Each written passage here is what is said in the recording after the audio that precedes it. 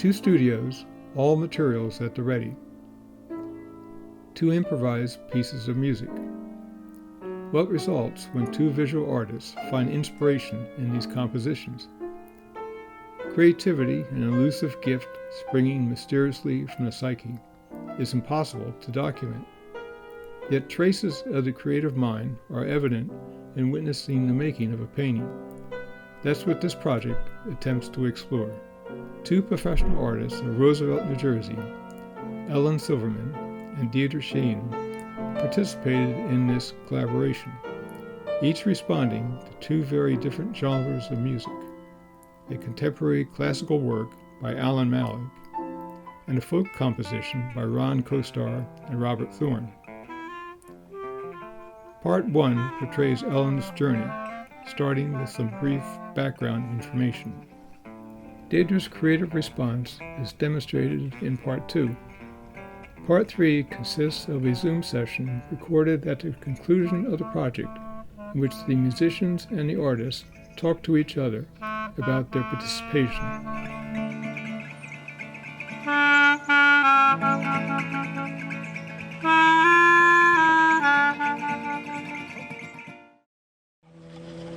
Hello, I'm Lucretia Ellen McGuff Silverman. You can call me Ellen Silverman. I live in Roosevelt, have since 1990. Ben Johnson asked me to participate in this great collaboration between Roosevelt musicians and 2 of the visual artists. I do work in watercolor and acrylic and drawings, but for this particular project, I thought that maybe it would be best with some of my acrylic work, so that's what I'm thinking about. Now, music to me has a lot of movement.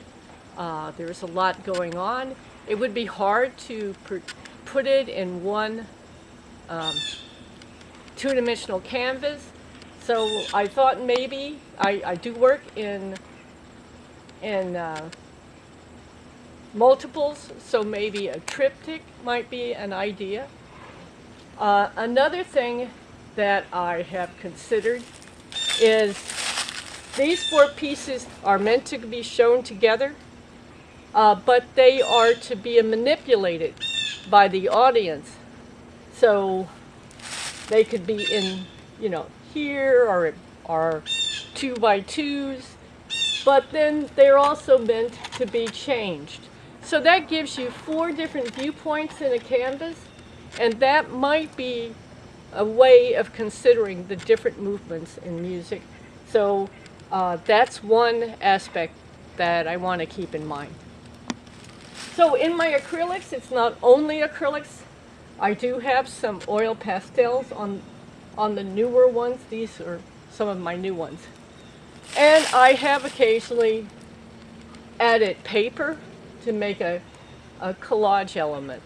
So those are all things that may work with this project that I'm leaving up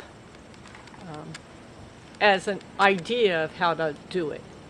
Now, I do work a lot with landscapes. I do interiors. Generally, they turn out to be watercolors.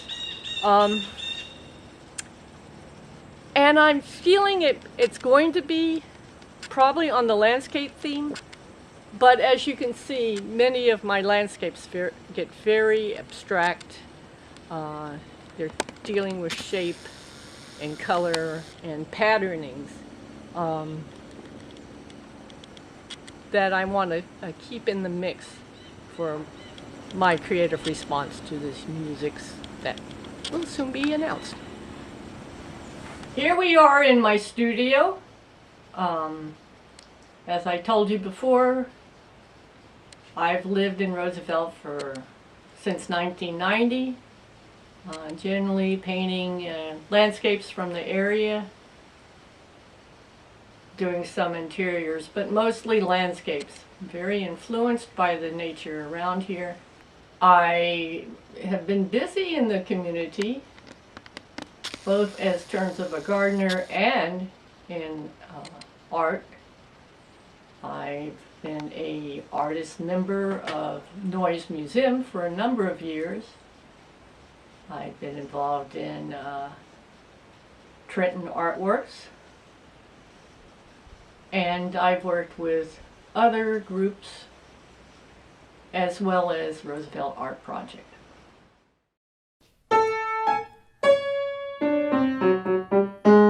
Now we start on Ellen's journey from music to visual art.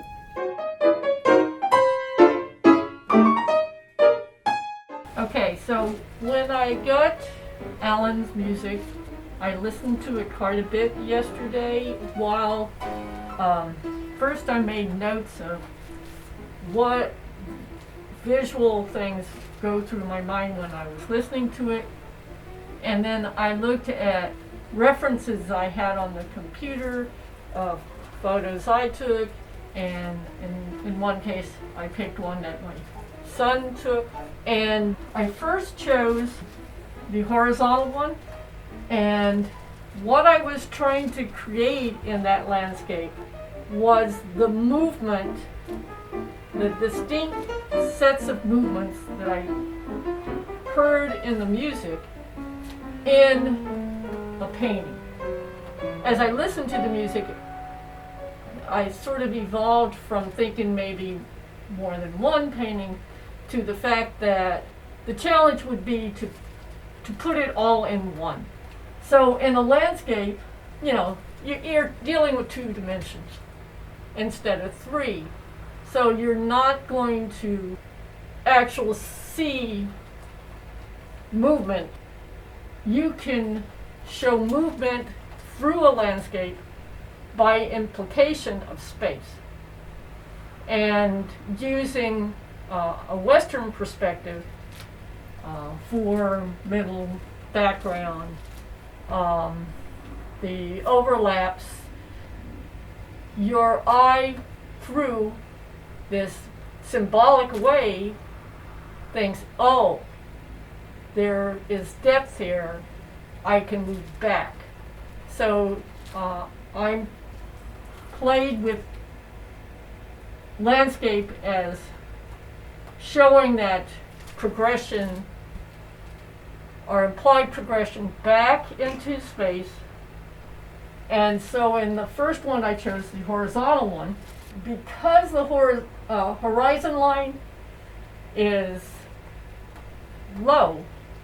You not only have the land going back into space, but then you have that V shape happening where the sky comes back out. So that gave a lot of leeway to show the different segments of movement. Now in the vertical one, you have that movement going back into space, and you have a path that shows that form, middle, and background. And then you have it turn. So you have the path leading you through. There's a lot of movement in the diagonal lines in it. And there's a lot of patterning that sets up a rhythm that's worked with the song, but I felt like there's potential that because it's a narrowing path and it's vertical and there's a lot of diagonals, that it may make the person rush through the painting. Whereas the horizontal, there's depth, you come back out, and then you can circle back in. I'm still playing with that, but I'm thinking the horizontal might be the one more honoring of the music. So, first thing I did is I went through my painting resource library, and I chose these photos. I then did a detailed drawing, proportioned, tried to indicate the patterning with the value study, I transferred that in a drawing to the canvas. This is the horizontal one. That one that has the underpainting is the vertical. And then I started to put in the underpainting for the vertical. And when I'm going for the underpainting, I'm not looking for, traditionally many people in painting start with a solid back underpainting. And it's going to be a medium tone. And then you're going to then do some dark, then you're going to go back and do some light, and then you play from the middle ground out. I don't start with a solid tone. I start with the medium tone of the light, and I start to set up the color coordinates. And like in the vertical one, the color to bring your eye back. And so I started with the yellow, then I went more to orange, and then a more bluer one, which is a traditional way to draw the eye back. And then I have the backlit trees that then circle your back. So that's what's going on with this one. This one, the front is here, and it's going to be primarily very dark because this is right after the sun went down, so it's really dusk. So it's going to be more of a solid instead of having the fore, middle, and background, although there is going to be some subtle patterns in here that indicate that. There is a light spot here that kind of acts like the path going back. The real delineation of the fore, middle, and background is going to be portrayed in the sky. Most of the color contrast is going to be right in here. So I'm going to start laying in those medium tones. Now we get to see what putting down an underpainting actually looks like. It should be noted that the canvas has already been treated with gesso, G-E-S-S-O, which seals it, making it a less porous, smoother surface.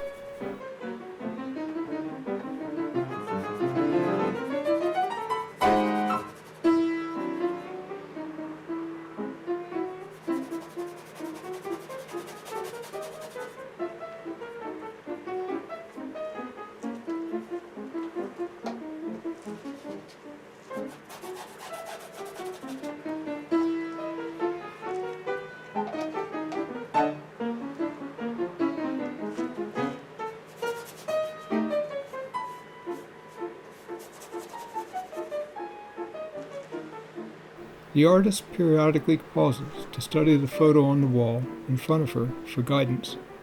This referencing back and forth between the source material and the artwork is an essential part of the creative process at each stage, from photo to the final painting.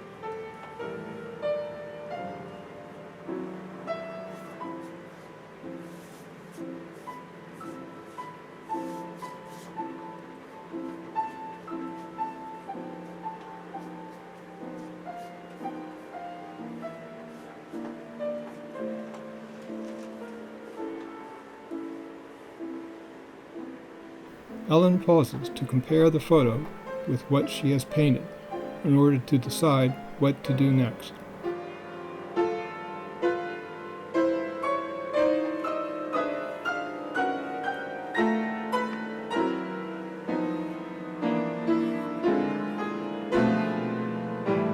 The pencil sketch transferred to the canvas can be seen underneath the paint.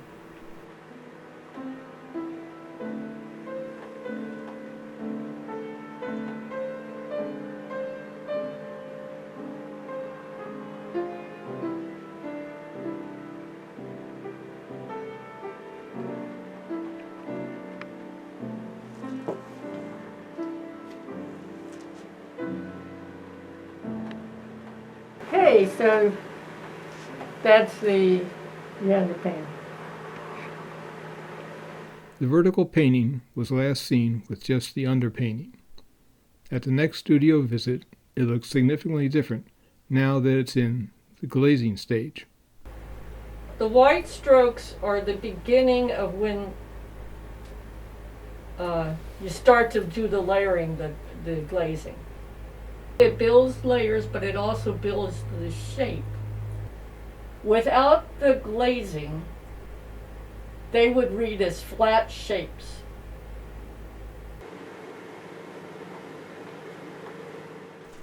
A routine pause for evaluation.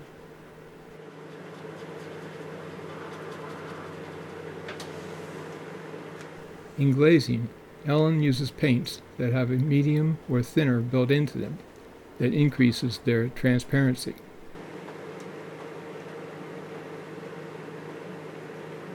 The longest period is the glazing back and forth, trying to build those medium tones in the glazing and then get their lights in. And things can radically change with the glazing part.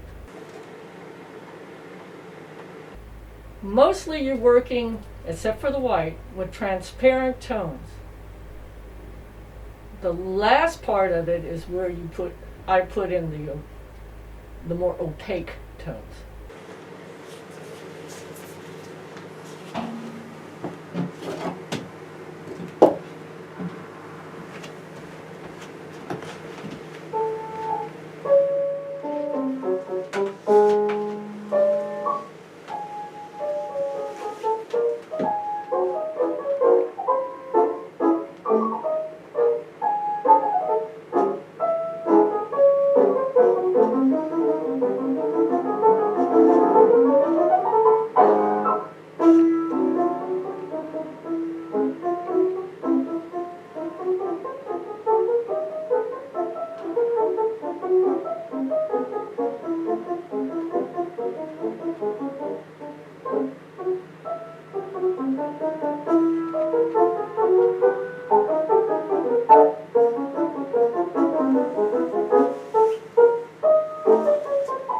Ellen tests whether the painting is dry, having been about 30 minutes since paint was last added.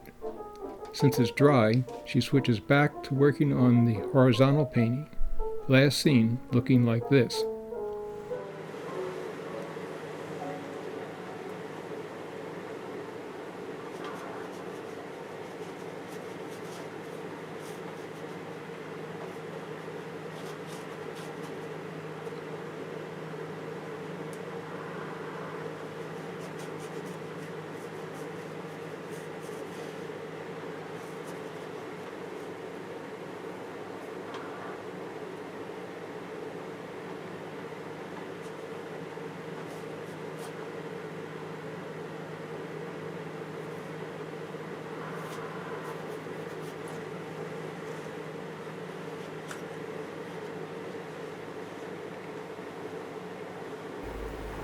I build up the lights.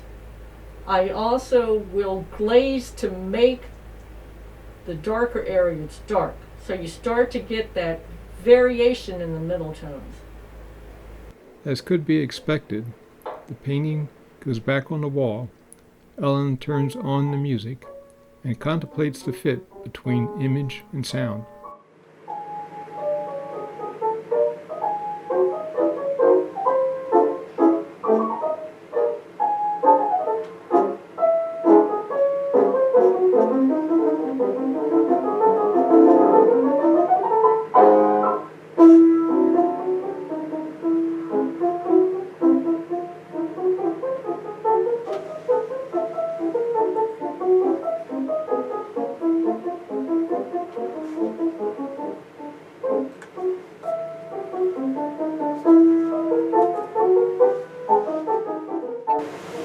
both of them I need to wait till they dry before I do anything else.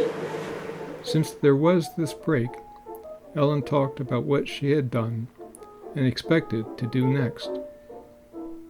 Was almost finished at one point, and it was working okay, but it was not working as well with the music as I liked.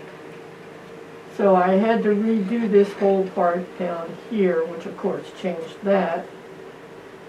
So I'm still working on that. This one still needs quite a bit of glazing to get it to the color changes I need. Showing the warm, and then this needs to be brought back to the cool tones. This one is, except for some more glazing in the sky to warm up the lighter parts, that one is pretty much finished with the glazing. During this glazing period, I really try to figure out the shapes and the coloration, so that's generally what kind of changes I made. This one had a radical change in the composition. It was going pretty much straight down. Now it kind of spirals over here. Asked what she used to make the changes, she replies, That one I used a little of the bubble wrap.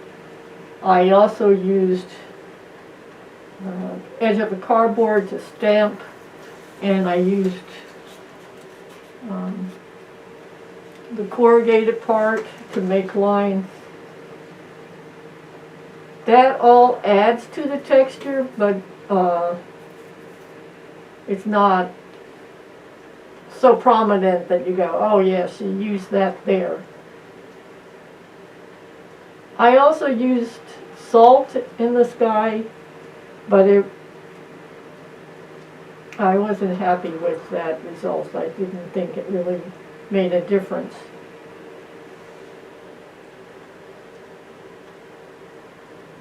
And I used brushes, and obviously I used my hands. I'm looking for that change of cool, light, and value.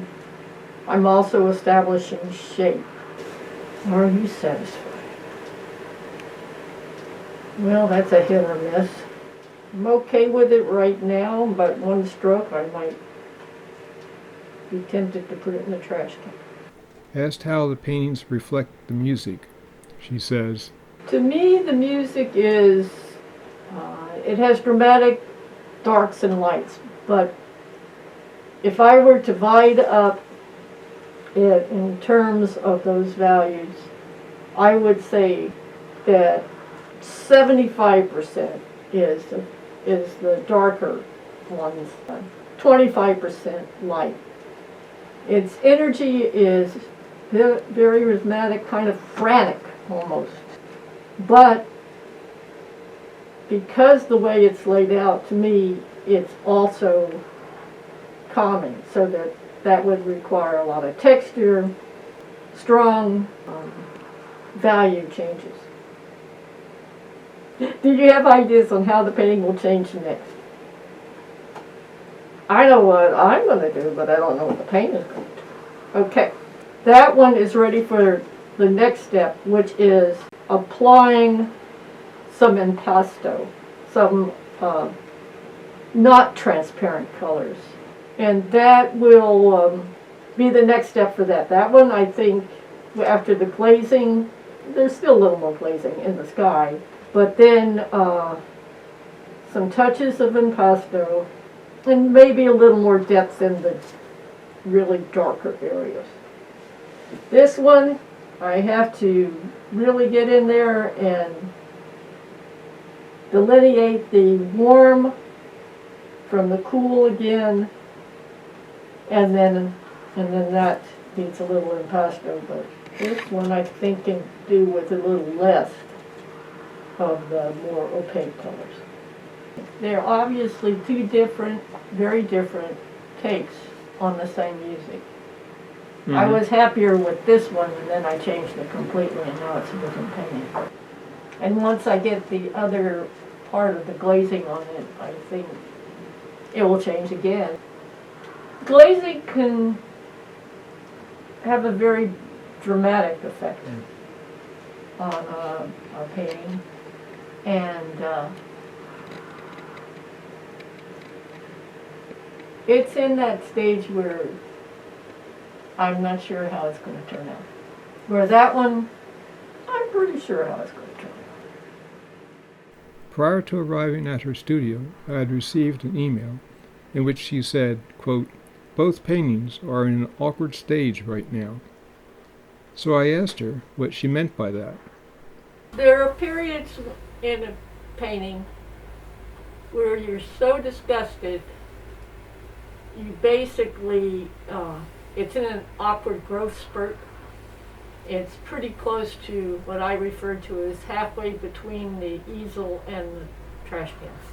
It's just not going where you thought it would, and you wouldn't show it to anyone.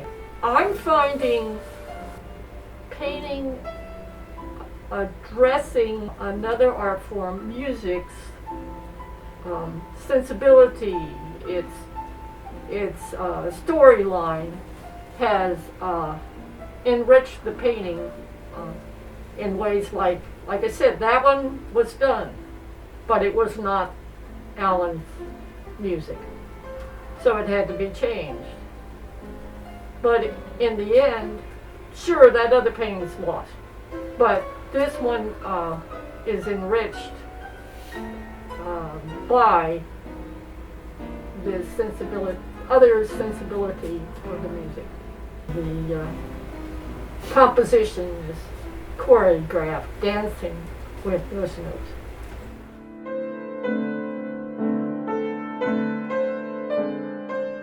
Now that each painting is finished, Alan talks about what each represents.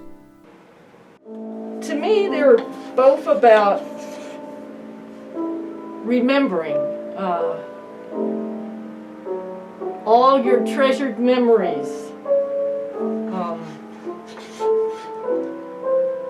So I guess it's kind of an old person listening to music kind of painting in my mind. So like this is like your layering of your memories, your treasured memories.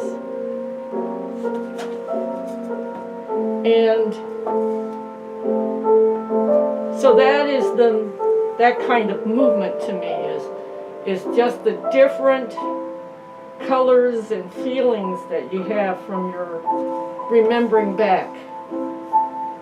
And this is kind of about a sense of loss when you what you had, or one of your primary things to create those memories, is no longer with you.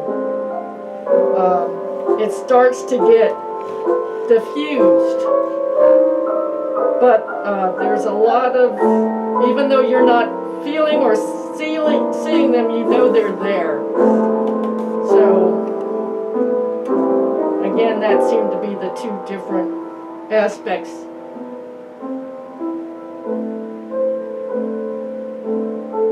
That were felt in them. This one has a primarily movement across and then back. This one seems to go in a cycling movement like that. In explaining the last changes made, there is mention of impasto, the technique of applying thick layers of paint. And I added impasto to that. There was very little I added after the glazing period for that one. This one required quite a bit of change. With the impasto muted purple put in there, it may have made the yellow look more brighter. What colors are next to it? The conversation between those colors changes with what is there. And that opaque color will make those glazed colors sparkle. Sometimes you put in one stroke and the whole painting has changed. I put in the opaque, and it had heightened what I felt was already there. So maybe that's why I didn't realize that it changed so much. That the impasto is shapes. In the vertical one, the impastos are definitely reading as line. It's a more textured, linear painting. With the completion of this art, inspired by contemporary classical music, we now explore the artist's response to folk music.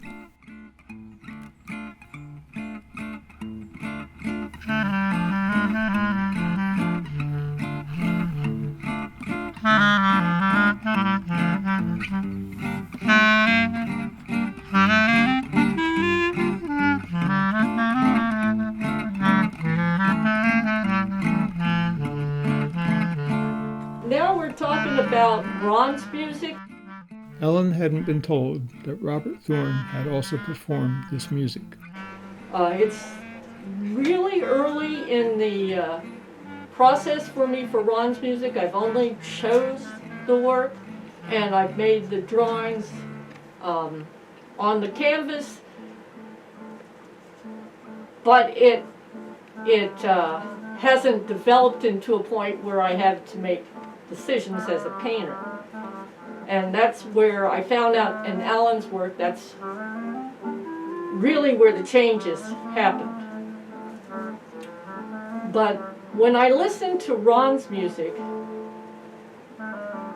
in comparison to Alan's was more atmospheric. It was a contemplative work. To me,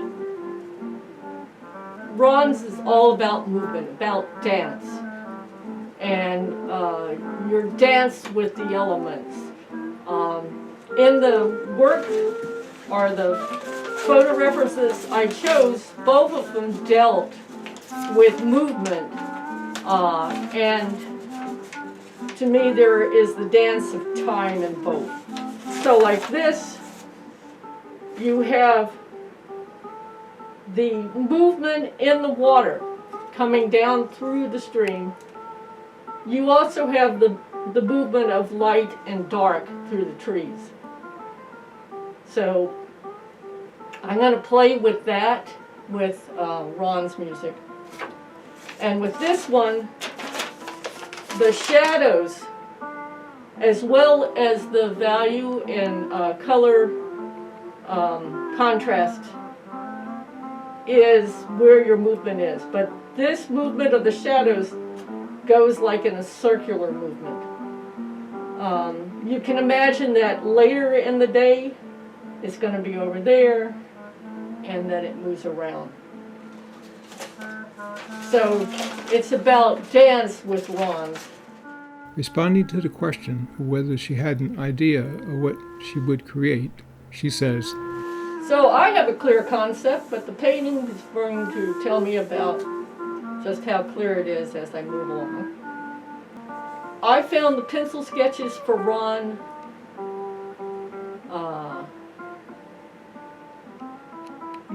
not as definitive in helping planning my painting, because I think both Ron's photo images are going to show that rhythm through color more than through the lines that I put down. shown are the photograph, the detailed sketch, and the canvas sketch for the horizontal image, followed by the same items for the vertical painting.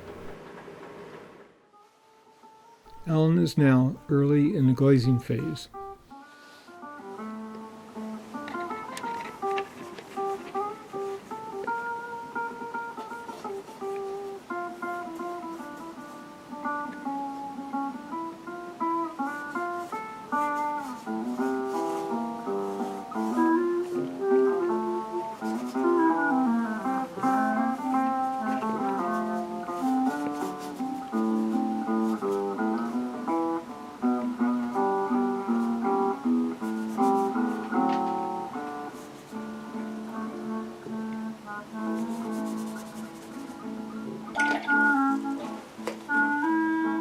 The photograph is nearby to refer to.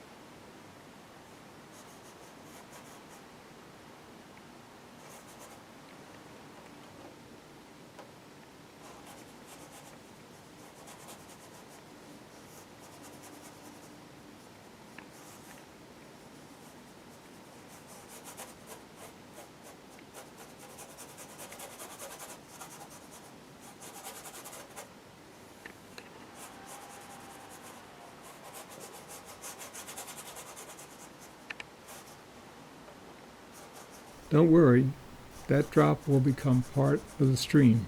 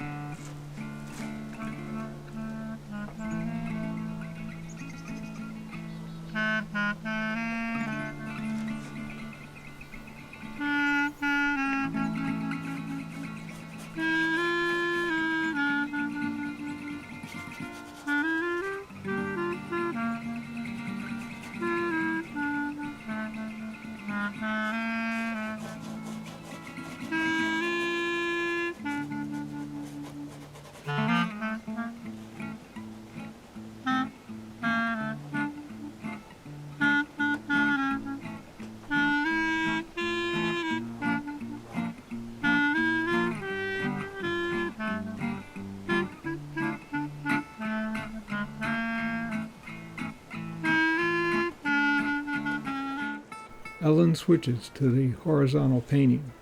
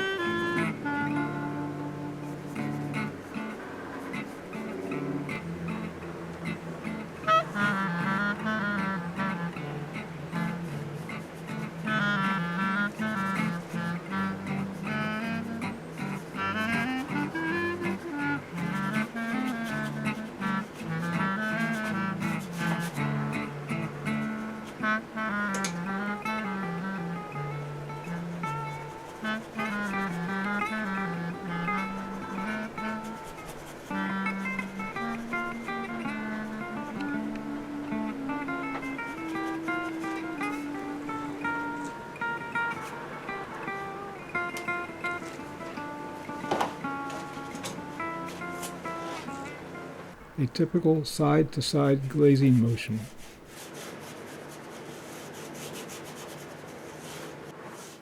Can't get a more transparent glaze than that.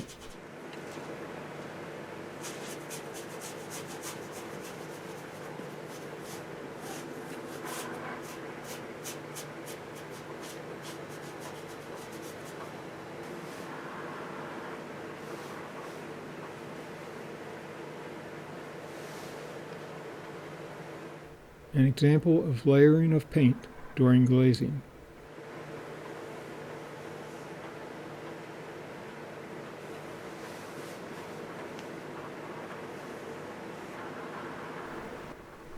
Ellen comments that before the opaque pigments can be applied, It's got at least 2 or 3 more layers.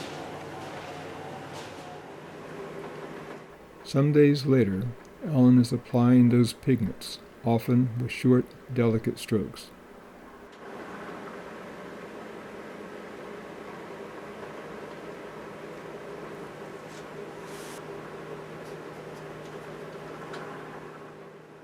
This can look like dabs here and there, but all of these seemingly simple strokes contribute to the creation of color, shape, and depth.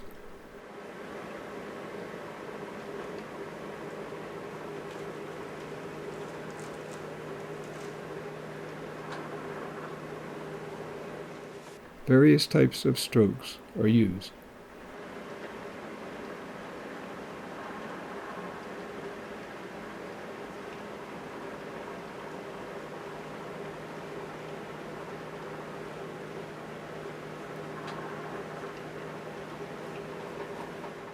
Returning to an area to build up layers of color.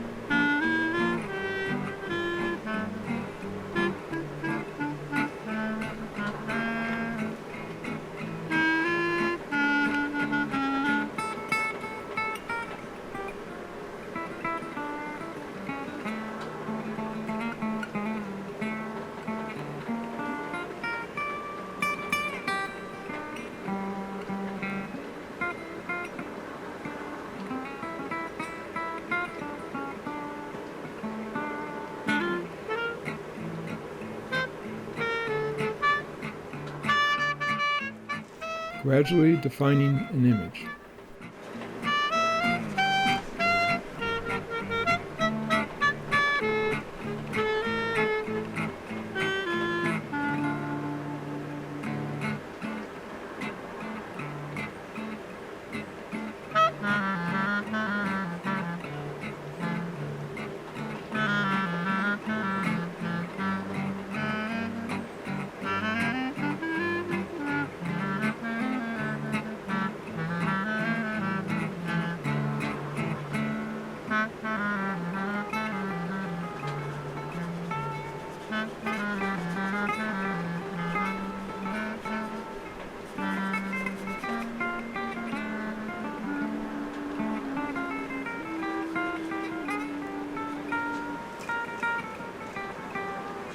We can see the net effect of today's work by comparing the paintings with their appearance at the previous visit.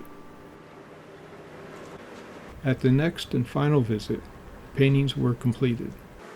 So the last time we met, I said I thought this one was further away from being ready. But after you left, I toned down the areas, the busy areas in the land around the water, and within 15 minutes it worked. In fact, I did very little here since the last time I saw you. It was mostly here. So changing that has made that pop. This one, I went in and added a little more color there, but I still wanted that delineation of the trees here and the trees there to show that turning around and through the road. And I also changed the directions of these shadows so they turned more in a circle.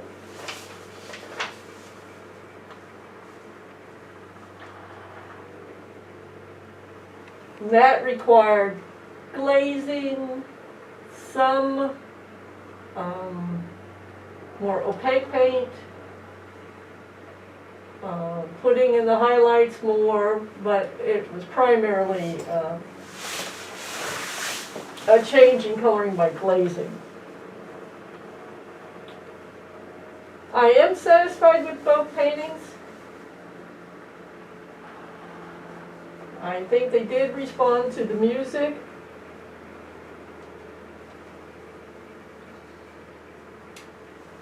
Different aspects of the music.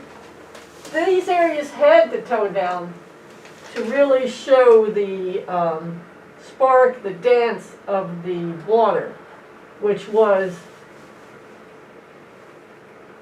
where I was seeing the music rhythm happening. The shadows had to have that turn, because to me the music was like a dance, slowly circling.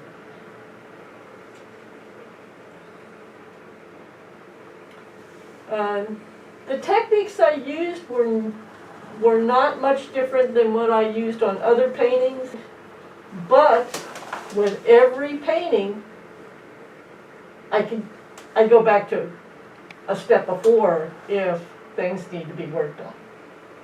And to predict when that happens or how that will happen, I haven't been able to do. Because I put a stroke on, I look at the painting, and it's really the painting that indicates what comes next. I do consider this as an addition to my portfolio. I try not to make any art that I would not consider part of my portfolio. I just really don't have enough space or to, store much that is purely experimental. So I generally work on a project until it is to the point where I consider it finished. Continue the exploration by witnessing how different yet similar is the creative path taken by artist Dieter Sheehan in Part 2.